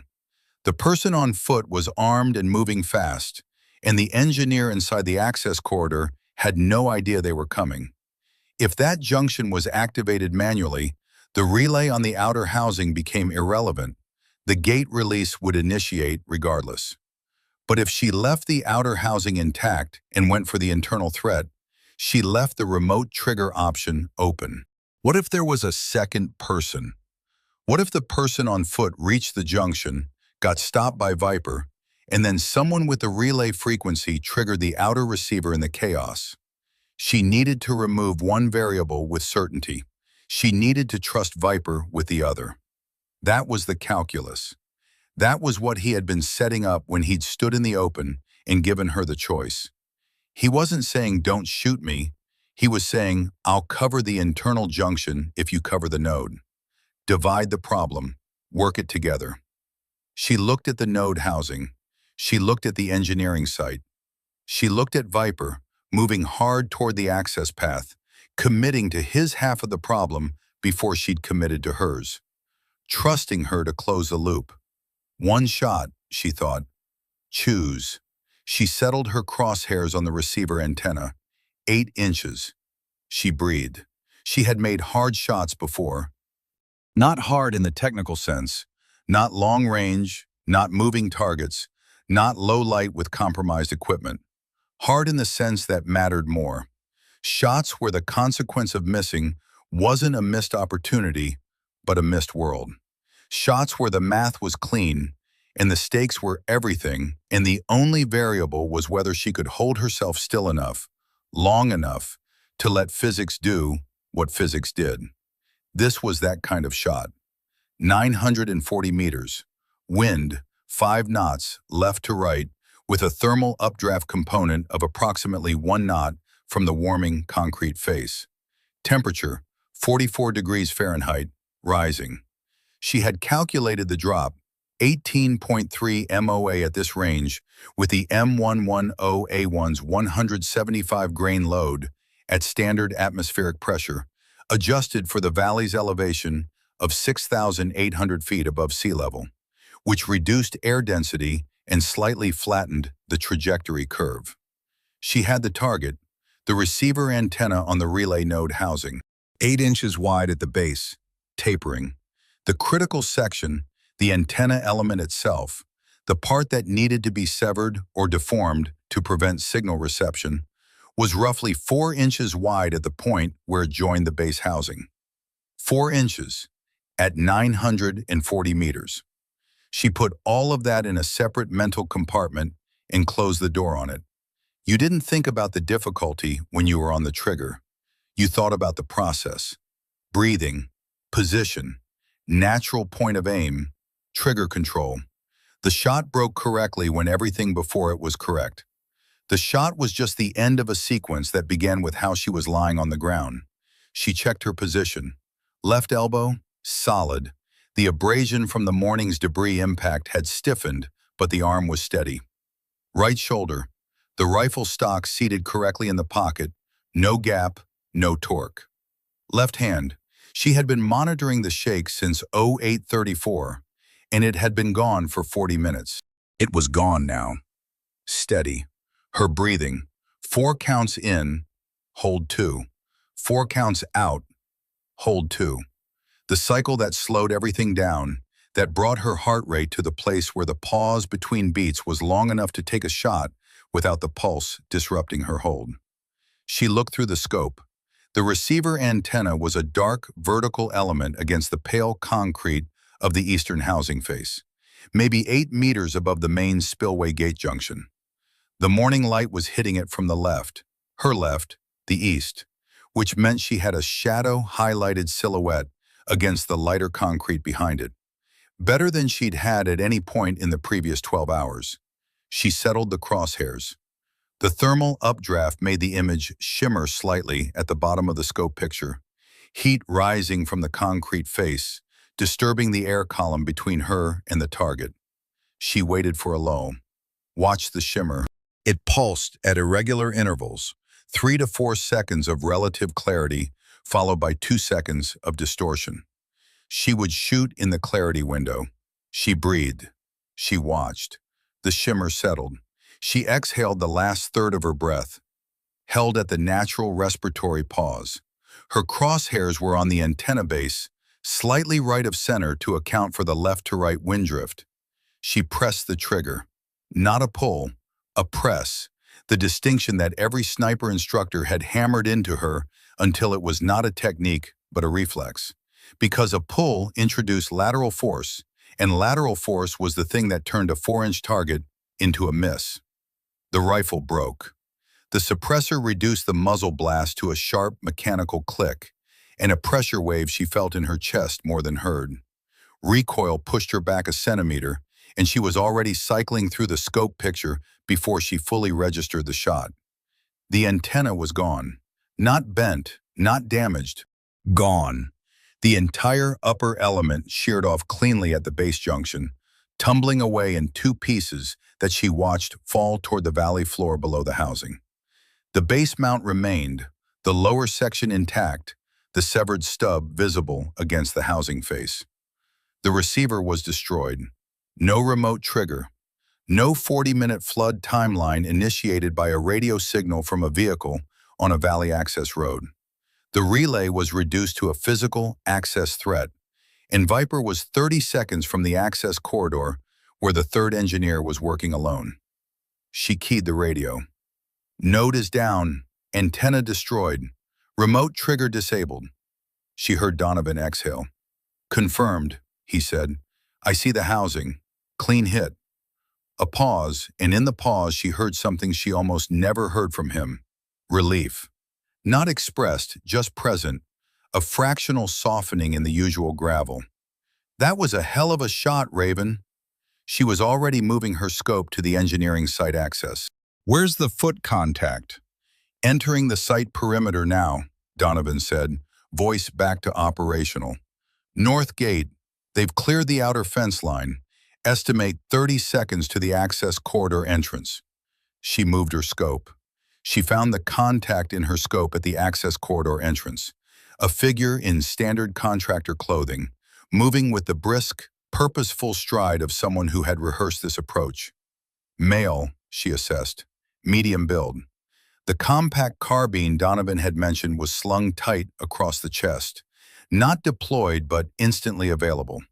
A sidearm on the right hip. Moving like someone who had done this kind of work before. Not a desk operative, a field person. Kessler's version of what she was. She tracked him across the site perimeter. He was moving toward the access corridor entrance on the eastern face. The steel door she'd been watching the engineers use throughout the night. Beyond that door, 12 meters of service gallery, and then the primary control junction where the internal trigger relay waited for a hand that knew how to use it. She had a shot. Clean, unambiguous, center mass at 400 meters, closer than anything she'd taken all night, with no wind problem and no shimmer distortion, and her left hand as steady as it had been all deployment. She did not take it, not yet. Because Viper was 20 seconds out, she tracked both figures simultaneously, splitting her attention between the scope's field of view and the peripheral awareness she'd been developing all night of how the site's geometry was laid out. The contact was at the corridor door, slowing to manage the entrance. Viper was coming down the eastern face access path, moving with controlled urgency, 30 meters from the site perimeter and closing. The contact opened the corridor door. Viper reached the perimeter. She settled the crosshairs on the contact's back as he moved through the doorway, calculated the shot, began her trigger press, and the valley shook. Not a tremor, not a debris fall. The eastern retaining wall went. Not completely, not the catastrophic sequential failure she'd been dreading for 12 hours. But the upper section, which had been in active displacement since 0501, finally exceeded its load threshold and released. A 12-meter section tore free from the upper wall and dropped toward the valley floor. The impact was like an artillery strike. She felt it in her skeleton, in the shale beneath her, in the air that suddenly seemed to compress and release all at once. The corridor doorframe buckled. The contact was thrown off balance, stumbling into the corridor interior. Not injured, she could see the figure recovering, getting hands up against the wall. But delayed. 5 seconds, 10. Through the disrupted scope picture, her rifle had shifted in the impact. She was correcting, pulling the image back. She saw Viper reach the corridor door. Go through it. The door swung shut behind him. Overwatch, she said. Her voice was tight. Viper is inside with a contact. I've lost visual. I know, Donovan said. I can't see inside the structure. Neither could she. She moved the scope to the dam face. The section that had failed was now a cascade. Secondary debris falling from the breach point. Dust billowing outward from the impact zone. The river below suddenly louder as the collapse redirected pressure toward the lower gates.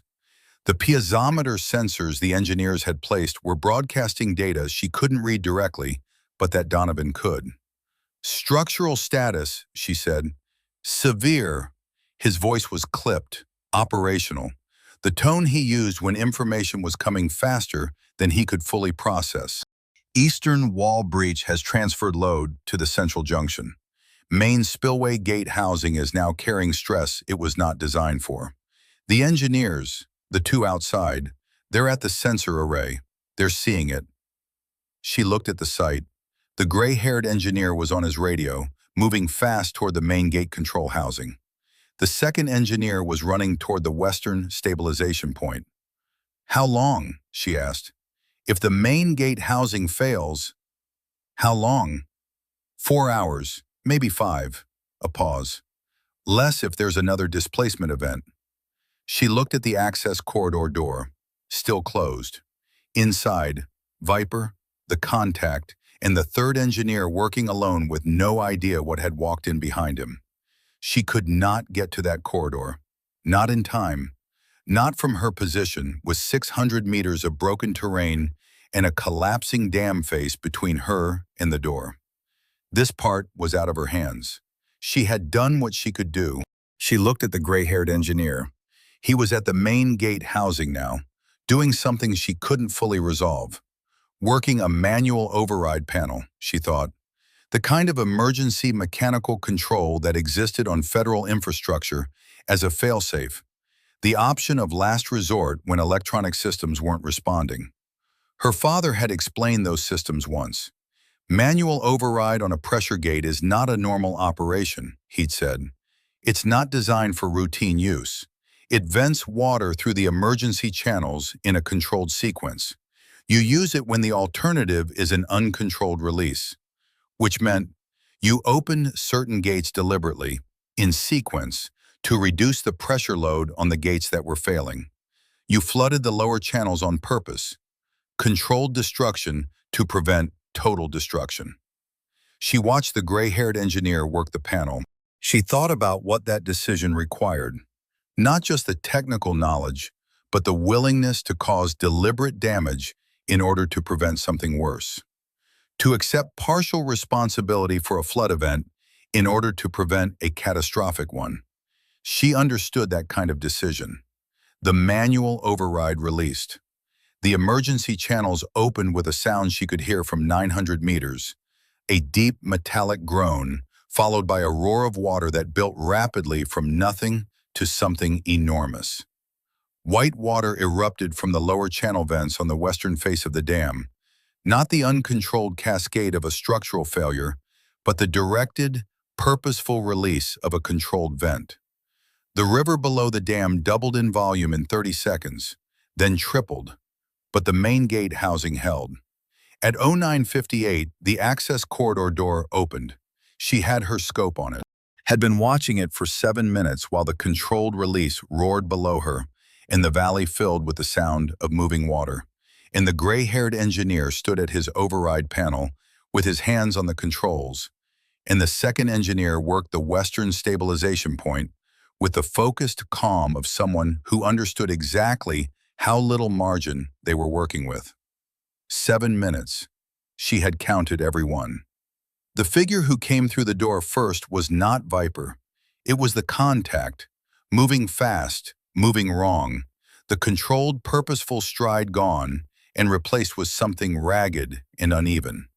The carbine was no longer slung. It was in both hands, barrel up.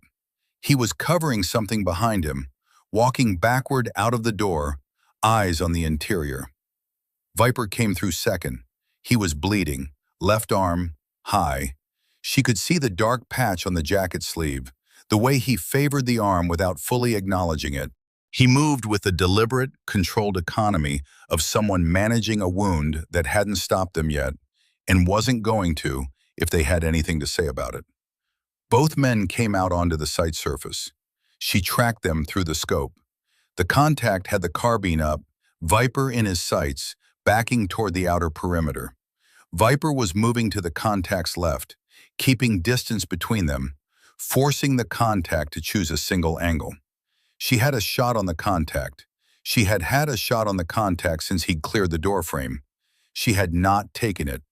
Because Viper was 3 meters away, and at this range, with adrenaline and the aftermath of whatever had happened in that corridor, a miss that hit the wrong body was not something she could afford to be responsible for. She watched. The contact reached the outer perimeter fence. He was talking. She could see the jaw movement, the posture of someone issuing ultimatums or making arguments. One of those things people did when the situation had moved beyond what their plan had accounted for, and they were trying to buy time to recalculate. Viper said nothing, just kept moving left, kept creating angle, kept absorbing the other man's attention. a professional buying time for a reason. She found the reason, a low concrete equipment barrier, 18 inches high, positioned between the contact's current location and the outer access road. If Viper created enough angle, the contact would have to move to maintain line of sight, and if he moved, the barrier would be between his feet and where he needed to step. Viper was engineering a stumble, creating a 3-second window in the geometry of the confrontation. She settled her crosshairs. Viper moved another step left. The contact moved to compensate. His right foot caught the edge of the equipment barrier. Not a fall, a stumble. 2 seconds of compromised control while his weight redistributed. She pressed the trigger. The shot was good. The contact went down and stayed down. Viper stood still for a long moment. She watched him through the scope. He was looking at her sector, not at any specific point, not a direct line to her position, but in the direction of the northern ridgeline where she'd been operating. He knew approximately where she was. He'd known for hours. He raised his right hand, not high, just a few inches above his waist. A small, deliberate gesture, the kind that meant, "I see you and thank you, and this is done all at the same time." She didn't respond, not from coldness, from training. You didn't signal your position with movement until you were certain the situation was resolved. But she felt the gesture land. She kept the scope on the site perimeter for another 4 minutes. Nothing else moved on the approaches. The contact stayed down.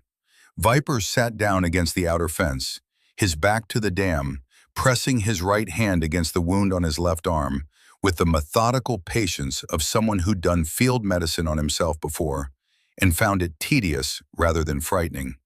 She keyed the radio. "Contact down," she said. "Viper is injured, non-critical, appears stable. Third engineer?" "The engineer in the access corridor is unharmed," Donovan said. "He's coming out now. I can see him on the feed." A pause. "He looks confused." "I imagine he does." "Raven," Donovan's voice was careful. "The controlled release is holding. Piezometer readings are stabilizing. The engineers are getting on top of it." She looked at the dam, at the water pouring from the emergency vents in the controlled roar that her father would have recognized. Not a failure, an intervention. At the eastern face, with its scars and its cracks and its missing section of retaining wall. At the main gate housing, still standing, still doing the work it had been built to do. Not elegant, not undamaged, but standing. "Is the valley clear?" she asked. "Downstream communities have been notified. Evacuation advisory is in effect. The controlled release will add flow volume to the river channels, but within managed floodplain parameters." Another pause. "The campground was notified 40 minutes ago." She let out a breath she felt like she'd been holding since the night before. By 1100, the valley had a different quality. Not quiet. The controlled release was still running, the river roaring through its emergency channels with a volume that made the air vibrate. Not safe.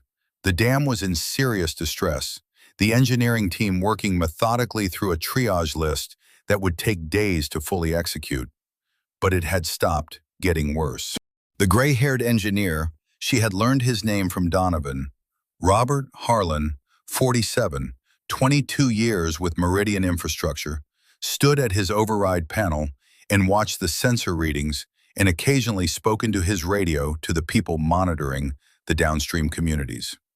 She watched him from the ridge, watched the way he moved between tasks with the flat efficiency of someone who had made his peace with the situation and was now working the problem rather than the fear of it. She thought about what Kessler had called him, insurgent engineer, as though the act of trying to prevent a dam from killing 52,000 people was some kind of hostile act against an order of things that deserve protecting. Viper, Marcus Webb, almost certainly, had been moved to the site office by the third engineer. The wound on his arm was through and through, no arterial involvement, the kind that hurt comprehensively but didn't require more than proper field dressing. He had refused the engineer's offer to call for medical evacuation. She understood why. An official call meant documentation, and documentation meant questions that nobody in this situation had a clean answer for. She watched the dam. She watched the water running through the emergency channels in its controlled, directed, deliberate flood. Causing damage, yes. Property would be affected downstream. The lower channels would need work. The floodplain management would be a months-long project.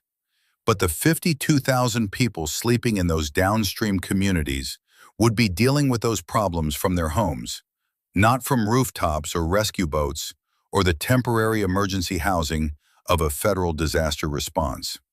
They would be inconvenienced. They would be alive. She heard her radio on the primary channel, the DIA channel she'd silenced at 0614. She turned the volume back up. The voice was different from the morning's operational controller, colder, more senior. Delta 6, this is Deputy Director Holloway. You are directed to stand down immediately and return to the designated extraction point. There will be a full debrief of your mission conduct. Acknowledge. She looked at the valley, at the dam, scarred and standing, at the engineers working at its base, at the site office where a man with a through-and-through wound in his arm was sitting against the wall with his eyes closed, doing the accounting you did after something like this, checking what you had left, what you'd used, what it had cost. She keyed the primary channel. Delta 6 acknowledges, returning to extraction, out. She began breaking down her position, slow, methodical, the practiced economy of someone who had built this nest in the dark and knew every piece of it by feel. She packed the rifle, coiled the wind flag, recovered her notebook pages. She took one last look at the valley through her spotting scope before she packed it. The crack on the eastern face. Wider now, the wall breach had relieved some pressure, but redistributed the remainder into the main face structure. More work for Harlan and his team. The relay node housing. The severed antenna base still visible against the pale concrete. A clean, dark line against the housing face, where 4 inches of precision had ended something that would have been 60 feet of floodwater. Viper's sector.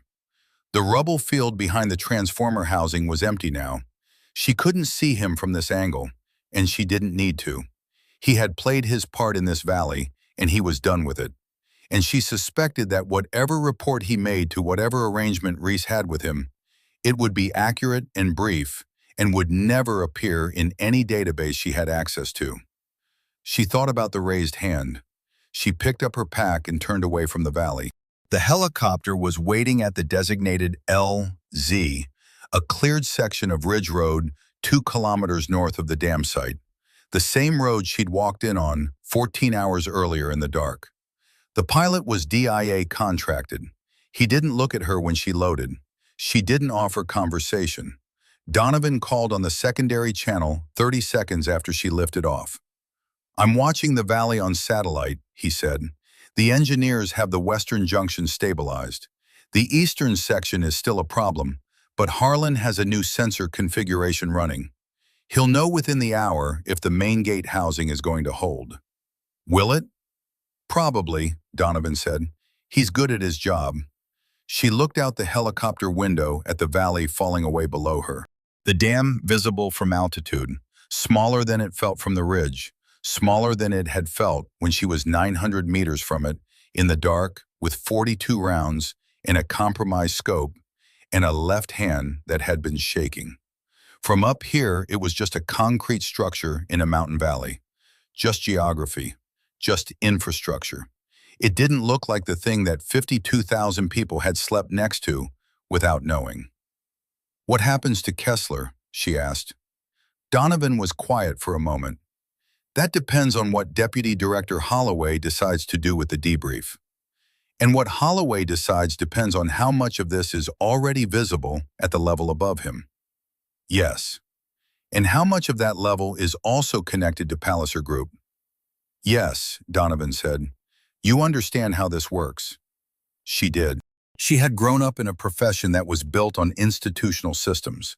and she had learned early that institutional systems protected themselves with the same efficiency that dams manage water. Most of the time effectively, and occasionally not at all. When they failed the way the Eastern Wall had failed. Slowly, then suddenly, in ways that looked from the outside like nobody had seen it coming, even though the piezometer readings had been spiking for months.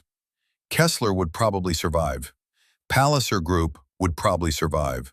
Someone would probably be promoted for managing the crisis response to the dam incident, and someone else would probably be investigated for the unauthorized deployment of a sniper in a federal infrastructure zone. And the investigation would be thorough and measured, and would eventually produce a report that found no misconduct of sufficient gravity to warrant further action. That was how it worked. She knew how it worked. Donovan spoke again. The Meridian team. Harlan submitted an emergency engineering declaration 40 minutes ago. It's on the federal record. He's documented the deterioration timeline, the sensor data, the manual override intervention. Harder to suppress than a verbal report, she said. Yes, and the campground downstream has a lot of early season regulars. Some of them have grandchildren who are also lawyers. He let that sit. It's not nothing. Did you follow orders? She asked, quietly, not asking about herself. A long silence. I retired, Donovan said. I don't have orders. Before you retired. Before I retired, he said, I followed the ones I could live with and found other ways to handle the rest. A pause. That answer enough? Close enough, she said. The helicopter banked north and the valley slid out of her window line. She didn't crane to watch it go. She sat with her rifle case across her knees and looked at the mountain landscape passing below her. The same mountains she'd flown over 14 hours ago in the dark, coming south, not knowing what she was flying into. They looked the same, gray-brown ridgelines, patches of late snow on the northern aspects, the thin blue line of a river somewhere below the tree line that she suspected connected eventually to the water system that passed through the Harmon Valley. Everything connected to everything. That was the thing about watersheds. She thought about what she was going back to. A debrief, certainly. Holloway's voice had been senior and cold in the way that meant consequences were already being organized. Her mission conduct report would show unauthorized mission hold, failure to execute on primary targets, secondary channel communication with an unauthorized advisor, primary channel silence for over 4 hours, terminal action taken on a target not in the original mission parameters. The case against her was clear. What was also clear, clearer than Holloway probably realized, was the engineering record that Harlan had filed, the sensor data, the manual override logs, the documented timeline of a dam in active distress that the official mission brief had characterized as the site of an insurgent sabotage operation. Anyone with engineering credentials and 2 hours of review time could demonstrate that the brief was false. Not mistaken, false. That was the word she would use in the debrief. Not incorrect, not based on incomplete intelligence. False. She would say it once, clearly, and then let it sit in the room. She looked at her left hand. Steady now, had been steady for hours. The shake was gone the way these things went. Not in a moment of decision, not through an act of will, but through the slow accumulation of actions taken correctly under pressure. Each one a small piece of evidence that the person taking them was not going to break. She was still here. The dam was still standing. 52,000 people were sleeping late in the morning light downstream, or watching the news about a minor flood event in a Rocky Mountain valley, or drinking coffee in a campsite and complaining about the river noise, and not one of them knew that their morning had been purchased at a price they would never be told about in the clear, official language of any report that would ever be filed. That was the part that stayed with you. Not the shot, not the debrief, not Holloway's cold voice or the investigation that was coming, or the career implications of having silenced a DIA operations channel for 4 hours and then shot a federal operative in the knee in a collapsed dam valley in the Rocky Mountain foothills. The part that stayed was the part that would never be in any record anywhere. She looked out at the mountains. The helicopter flew north. 3 weeks later, she was sitting in a folding chair in a different warehouse on a different airfield when a file landed on the table in front of her. She looked at it without picking it up. "Read it," said the man across the table. Not Holloway, someone else, younger, without the cold seniority. Someone who had been assigned to produce a version of this situation that the institution could live with. She picked up the file. Mission report. Harmon Infrastructure Security Operation. Date stamped, classified, the standard formatting of documents that would never be publicly available and would take a determined researcher 2 decades and a FOIA request to find, by which time the events described would be history rather than fact. She read the summary section. Target eliminated, infrastructure damage minimal, mission objective partially achieved, operator conduct review pending administrative determination. She read it twice. Target eliminated. The contact, Kessler's field operative, was described as the target. The 3 Meridian engineers were not mentioned. The relay node was not mentioned. The controlled release, the manual override, the engineering declaration that Harlan had filed on the federal record, none of it was in the summary. Minimal. Infrastructure damage minimal. She set the file down. "There's an offer," the man across the table said.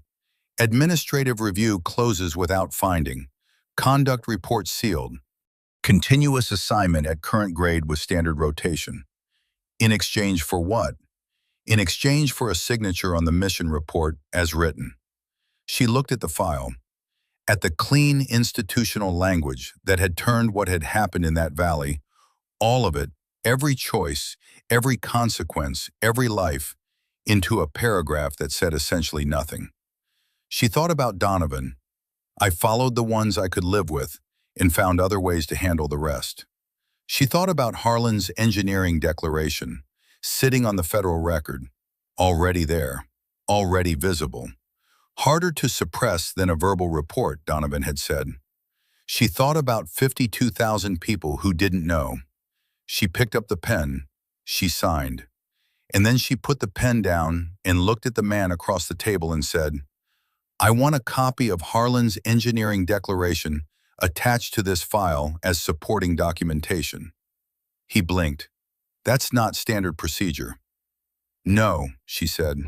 "It's not." She slid the signed file across the table. "But it's what I'm asking for." He looked at her for a long moment. She held the look without expression, without apology, without any of the things that people use to soften requests they weren't sure they had the standing to make. She had the standing. She had earned it in a valley full of broken concrete and roaring water, with 41 rounds in a shaking left hand and a sniper on the opposite ridgeline who had trusted her to figure it out. "I'll see what I can do," the man said. She stood up, picked up her jacket. "That's all I'm asking," she said. Outside, the mountain air was cold and clean. She thought about Robert Harlan and his sensor array and his 22 years of doing work that nobody paid attention to until it was on the edge of failing. About Marcus Webb, somewhere in the western states with a healing arm, doing whatever came next in the way of men who had decided they were done working for institutions that made choices like the one that had put them both in that valley. She thought about Donovan, who had no orders and had disobeyed them anyway. She thought about what it meant to be a sniper. Not the technical part, the mathematics of wind and distance and bullet drop, the part underneath, the part that her instructors had tried to articulate in different ways and that she had been slowly, imperfectly understanding since the first time she'd looked through a scope and understood that the trigger connected her to everything that came after. Snipers don't just decide who dies. She looked at the mountains. Sometimes they decide who gets to live. She walked toward the waiting vehicle. There would be another assignment. There always was. Another briefing room, Another valley she hadn't seen yet. Another set of choices between what she'd been told to do and what the valley told her when she listened. She would go. She would listen. She would figure it out.